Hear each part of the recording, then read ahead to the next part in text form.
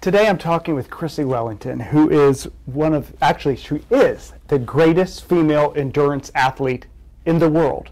She has won every single Ironman competition that she's been in, 13, and she's also won 4 world championships, which triathlons for the uninitiated is, talk about enduring. I think it's 2.4 mile swim, although you're probably converting from kilometers, 112-mile bike ride, and a full marathon, 26.2 miles. So life has certainly changed for you throughout this period.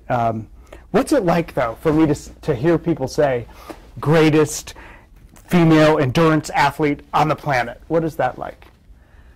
It's very, very flattering, but also incredibly surreal. If I'm honest, I didn't grow up ever intending to be a professional athlete, let alone a professional triathlete, let alone world Ironman champion 4 times over.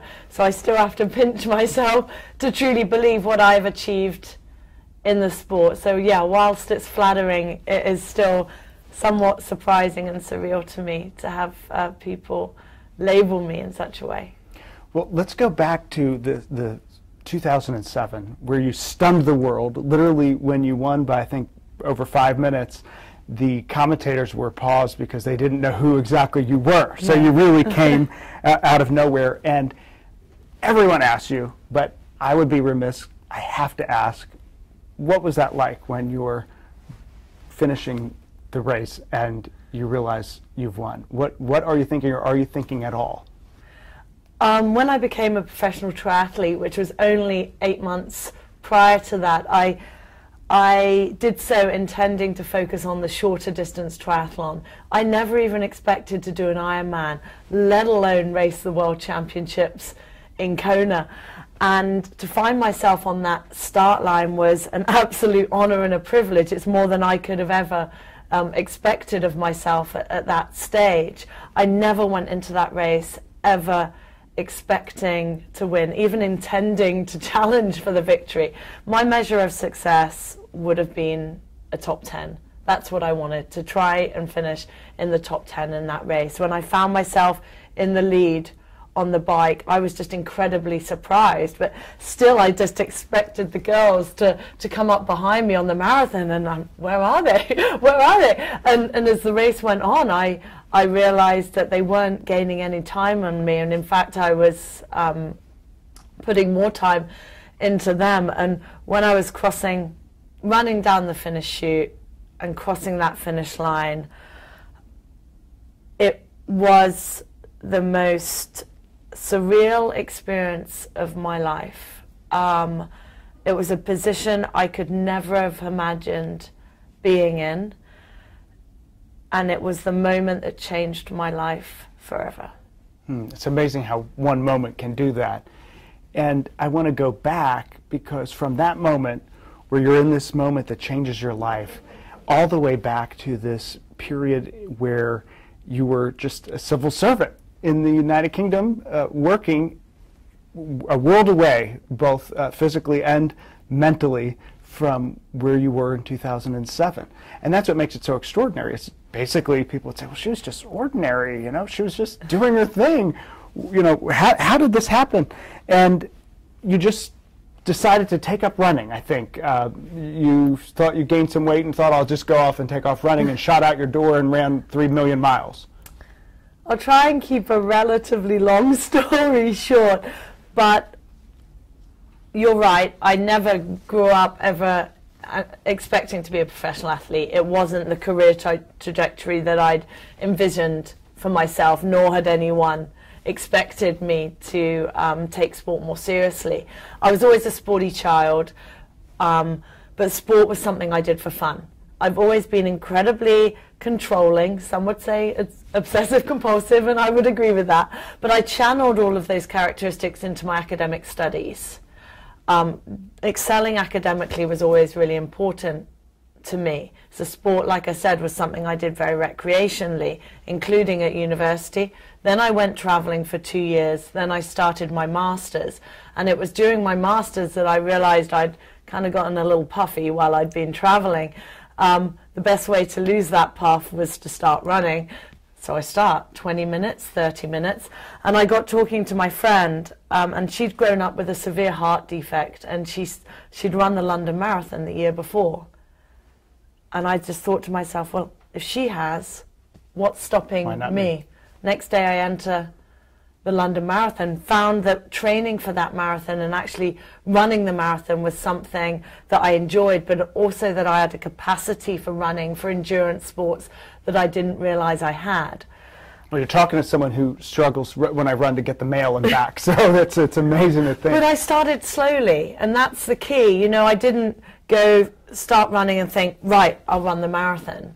It was, you know, that slow progression, 20 minutes, 30 minutes, 40 minutes, and, you know, slowly I realized it was something I really, really enjoyed. But you were hit then by a car when you were first starting to run. I was hit by a car, couldn't run the marathon in 2003, but then started swimming again. So out of misfortune, out of adversity, you know, comes an opportunity. So I was swimming a bit again, and then I started to run.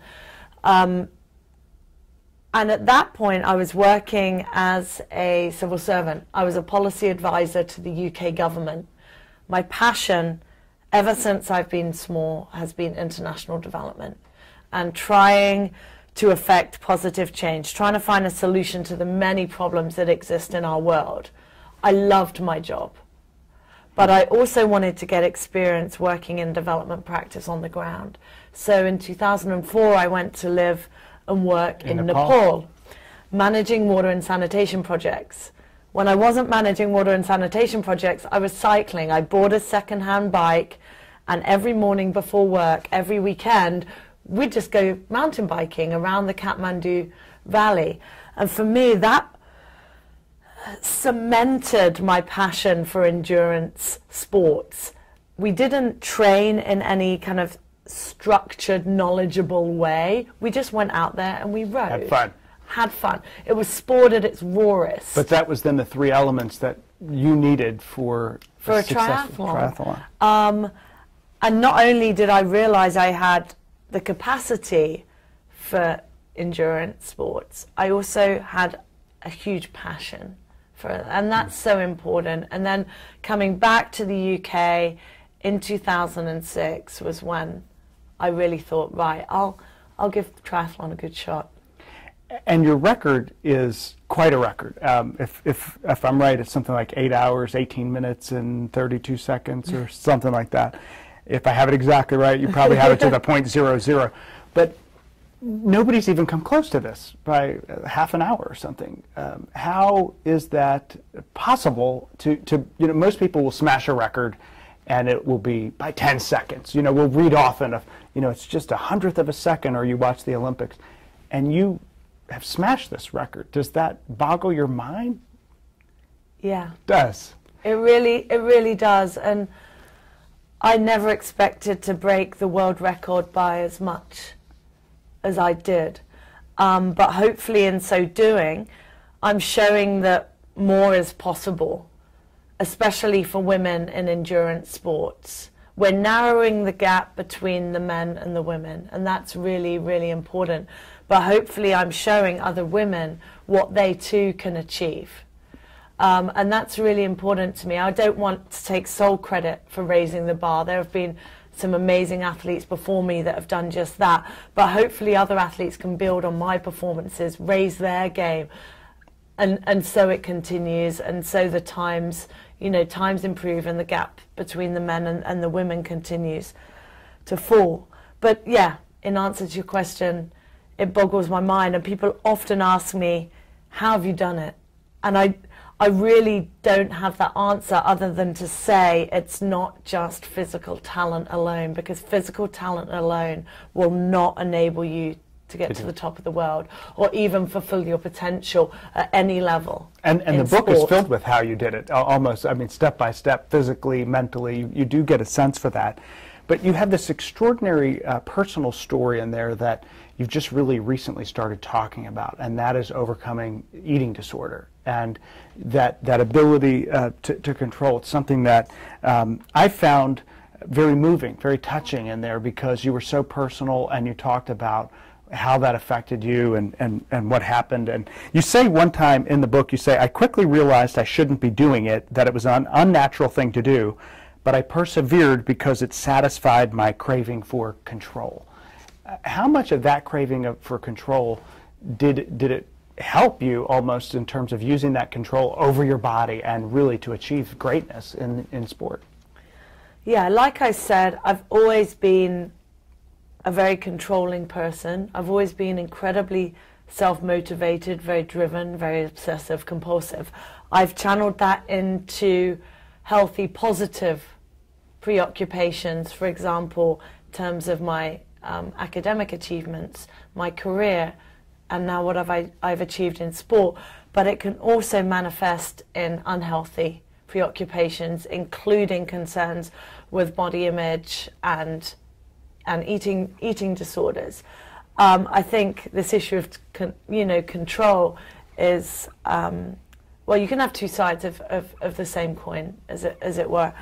I've had to work very, very hard to overcome those problems and challenges, and I think it has been my family, my incredibly supportive family, that's enabled me. You give great credit to your brother for really. He and my parents provided me with an immeasurable amount of support, which I'm eternally grateful for.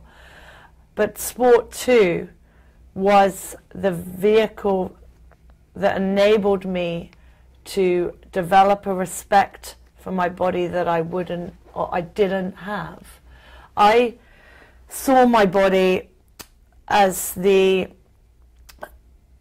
simply the image that stared back at me when I looked in the mirror, and I compared myself critically to others. So I didn't see my body as an amazing vehicle that had enabled me to achieve great things.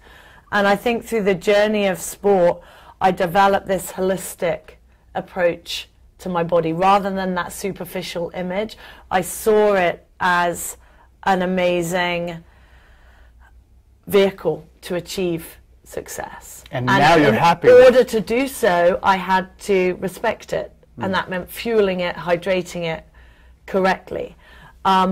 So, I don't look in the mirror now and think, wow, you're beautiful in the conventional sense, but I look in the mirror and I think, wow, you have a body and a mind that's taken you to the top of the world. And that's something I'm incredibly proud of. But just going back to, I think, why I felt the need to share this in the book. What I wanted the book to be was a vehicle for conveying some really important messages. And I felt that in order to be able to effectively convey those messages, I almost had to humanize myself, because people have a tendency to put professional athletes, me and others, on a pedestal. They see us as these bionic superhumans. We're not. We suffer from eating disorders. I want to put you through a metal detector, because I'm still not quite sure. I read this book. We're going to test this out. No, I bleed and I cry and I sweat and I suffer from problems that are the same as the rest. And hopefully in sharing my story and publicizing the issues I've had in the past, I humanize myself and then thus enable people to identify with me, so that they realize if I can overcome these issues and go on to achieve my goals, then so can they. Absolutely. Well, it's a great book, full of achievement, full of overcoming obstacles, personal obstacles, physical obstacles, mental obstacles. Thank you so much for this. Thank you. Appreciate Thanks so it. much for the opportunity. Thank you. Thank you.